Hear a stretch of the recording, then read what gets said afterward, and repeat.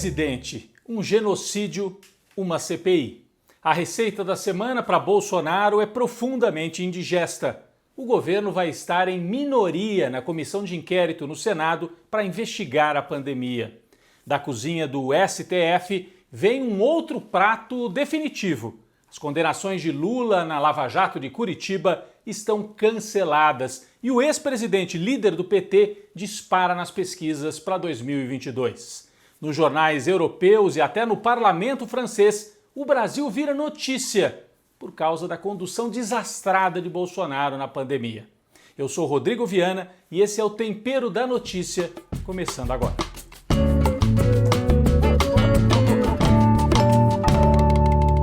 Foi uma semana em que todos os olhos se voltaram para o Supremo Tribunal Federal. A Corte decidiu o futuro das duas principais lideranças políticas hoje no Brasil, Lula e Bolsonaro. Bom, primeiro, a questão envolvendo o presidente da República. Houve o pedido de uma CPI para investigar a condução desastrosa, absurda do governo Bolsonaro durante a pandemia de Covid-19. O governo tentou primeiro barrar a CPI, usou até aquela estratégia, o Bolsonaro conversando por telefone com o senador Cajuru, sabia que estava sendo gravado, né? A gente pode até observar um trecho em que o Bolsonaro faz ameaças, diz que queria dar porrada no senador Randolfo Rodrigues, que foi quem propôs a CPI da pandemia. Eu acabei de declarar para o Augusto Nunes na Jovem Pan agora, o senhor pode ver aí. Eu dei uma entrevista para ele, eu falei para ele que se ela for revanchista, eu faço questão de não participar dela.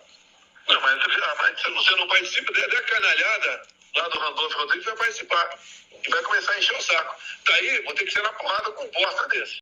Bom, não adiantou muita coisa.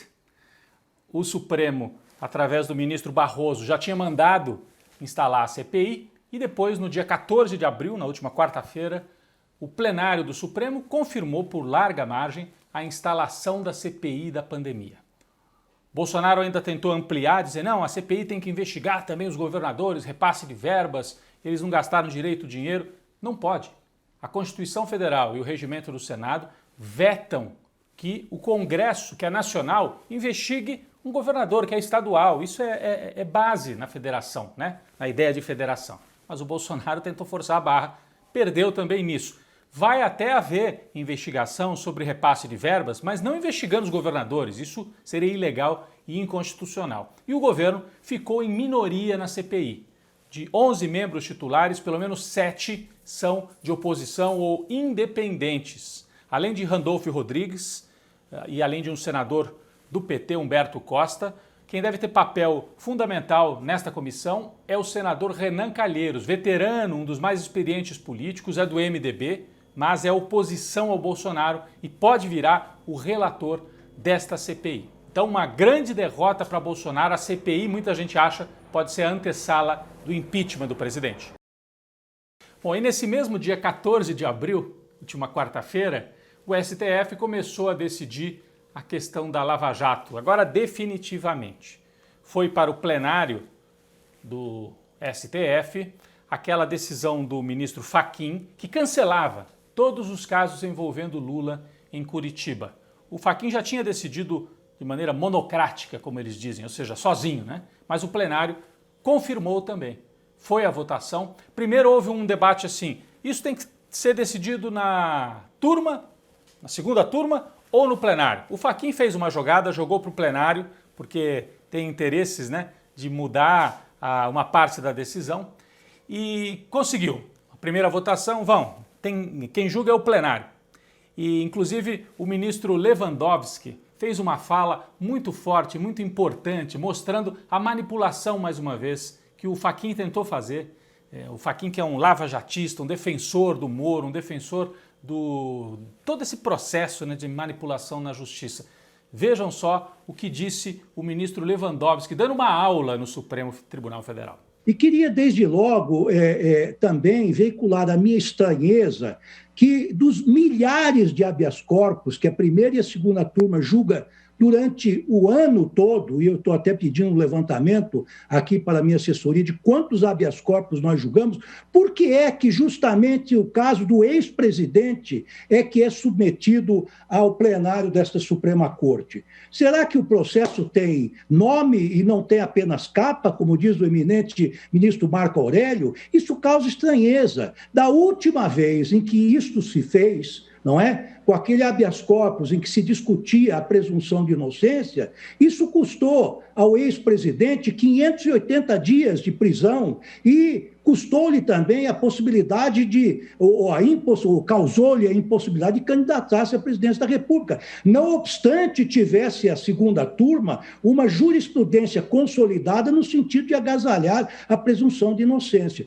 Portanto, o juiz natural, naquele momento, quer dizer, foi superado, levou-se a questão ao plenário numa excepcionalidade que eu penso que a Suprema Corte precisa explicar minudentemente. Por que de milhares de habeas corpus, justamente o do ex-presidente, é que é levado ao plenário da Corte? Isso causa estranheza, senhor presidente. Bom, tomada a decisão, então, de que ia ficar mesmo no plenário, o Supremo decidiu por 8 votos a 3 que as condenações de Curitiba estão canceladas, definitivamente. Qual é a consequência disso? O Lula está elegível. O Lula pode ser candidato em 2022. Foi desmontada toda a manipulação promovida por Sérgio Moro como juiz lá na vara de Curitiba.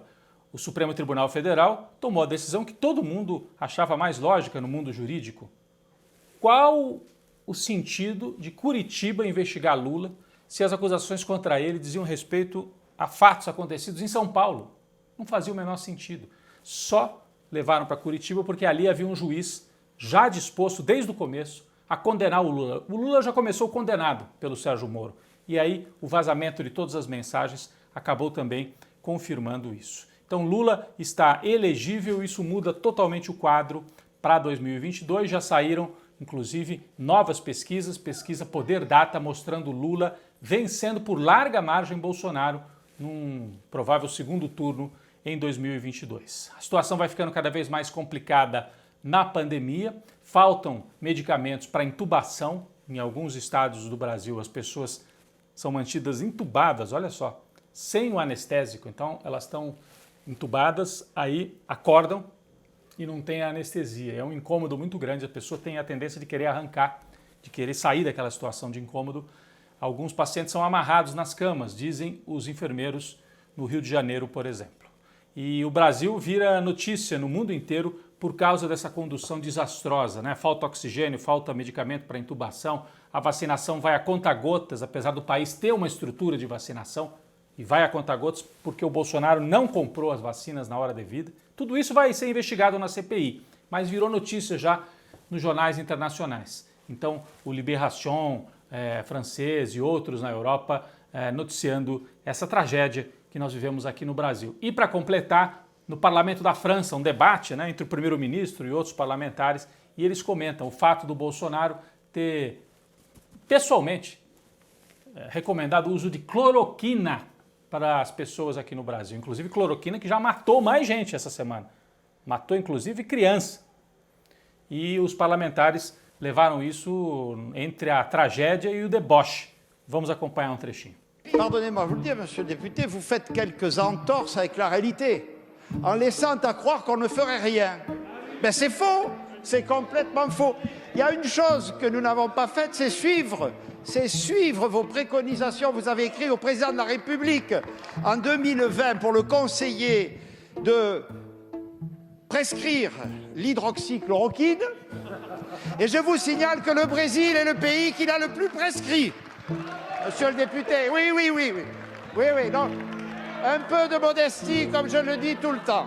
Bom, Bolsonaro segue completamente isolado do ponto de vista internacional também. Para tentar romper este cerco, ele enviou esta semana uma carta para Joe Biden prometendo que o Brasil vai zerar o desmatamento na Amazônia até 2030. É uma tentativa, né? O Bolsonaro e o Ricardo Salles no meio ambiente fizeram tudo ao contrário do que está nessa carta. Mas agora ele está tentando salvar o pescoço, Jair Bolsonaro. Mas, ao mesmo tempo, ele manda demitir o chefe da Polícia Federal no Amazonas, que havia justamente feito uma denúncia contra o Ricardo Salles, porque o ministro do Meio Ambiente teria favorecido madeireiros na Amazônia. Vejam só, o chefe da Polícia Federal demitido porque denunciou um ministro do Meio Ambiente. Então o Bolsonaro está completamente desmoralizado também nesta área ambiental e a tendência é que se isole cada vez mais. A dúvida é, sobrevive até 2022? Em que condições? Que Brasil vai sobrar até a eleição do ano que vem?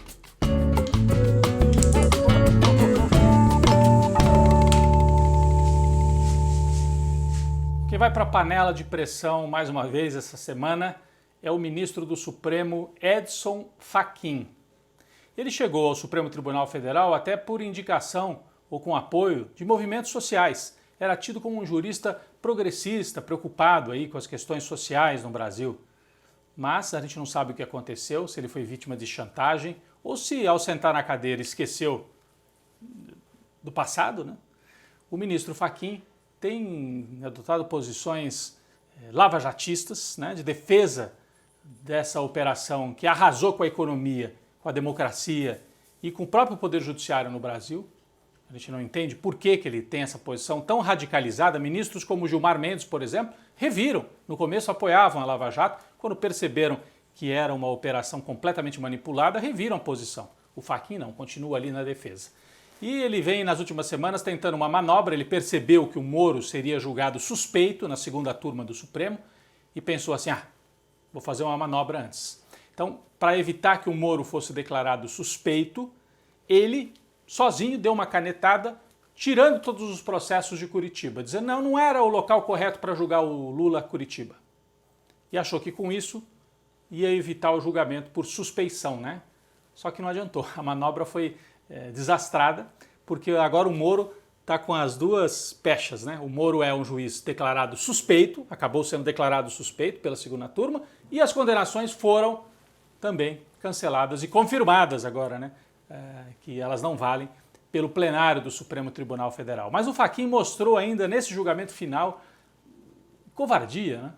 Porque vai para lá, vai para cá, manobra, primeiro diz não, julga na turma, vai para o plenário, ele fica fazendo todas as manobras para tentar salvar o pescoço do Moro e o dele, porque o pescoço dele está junto com o do Sérgio Moro. E para completar, esta semana ele também anunciou que vai sair da segunda turma. Ele acabou sendo derrotado na segunda turma, ficou em minoria, então ele vai voltar para a primeira turma.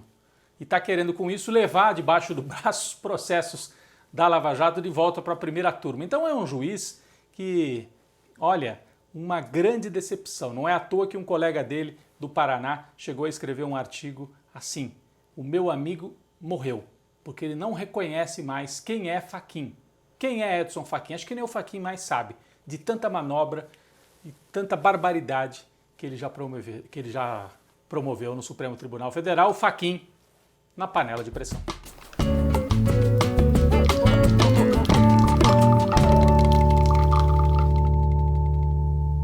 Bom, nosso cafezinho essa semana vai para aquelas e aqueles que lutam para levar comida para a mesa dos brasileiros nessa situação terrível em que nós estamos, né?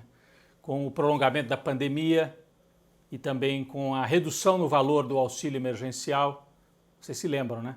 O auxílio era de no mínimo R$600 em 2020 e agora caiu para menos da metade. Além disso, de janeiro a abril, as pessoas ficaram sem receber. Então, a fome voltou com força no Brasil. Muita gente passando fome mesmo e mais de 100 milhões de pessoas que não estão exatamente passando fome, mas estão no limite, estão naquele limiar. Então, várias iniciativas para combater a fome. O destaque para o projeto Cozinha Solidária do MTST, Movimento dos Trabalhadores Sem Teto, já organizou essas cozinhas solidárias em São Paulo, Rio, Alagoas e esta semana instalou também cozinhas em Boa Vista, em Roraima e no Distrito Federal. Recolhe os alimentos e prepara as refeições para as comunidades que estão nessa situação muito complicada. Além da distribuição de comida, existe também orientação jurídica para que as pessoas corram atrás do auxílio emergencial e orientação para que se organizem hortas urbanas, para que as pessoas produzam pelo menos hortaliças, né, na área urbana mesmo e com isso diminuam o risco da fome. Na Bahia, uma outra iniciativa importante aí vem de um grupo religioso que, desde o ano passado, já está organizando doações. É o Centro de Umbanda Mística Oxum Apará, que está recolhendo doações, cestas básicas e distribuindo através de uma rede de voluntários. São muitas iniciativas desse tipo, de várias igrejas, várias denominações, vários grupos religiosos. Em Minas Gerais, é o movimento de mulheres camponesas que se articulam para a doação de cestas básicas e até de sementes para plantação, para que as pessoas passem por esse momento tão complicado. Então, o nosso cafezinho para quem luta contra a fome no Brasil. Nós vamos passar por isso e vamos recuperar o nosso país.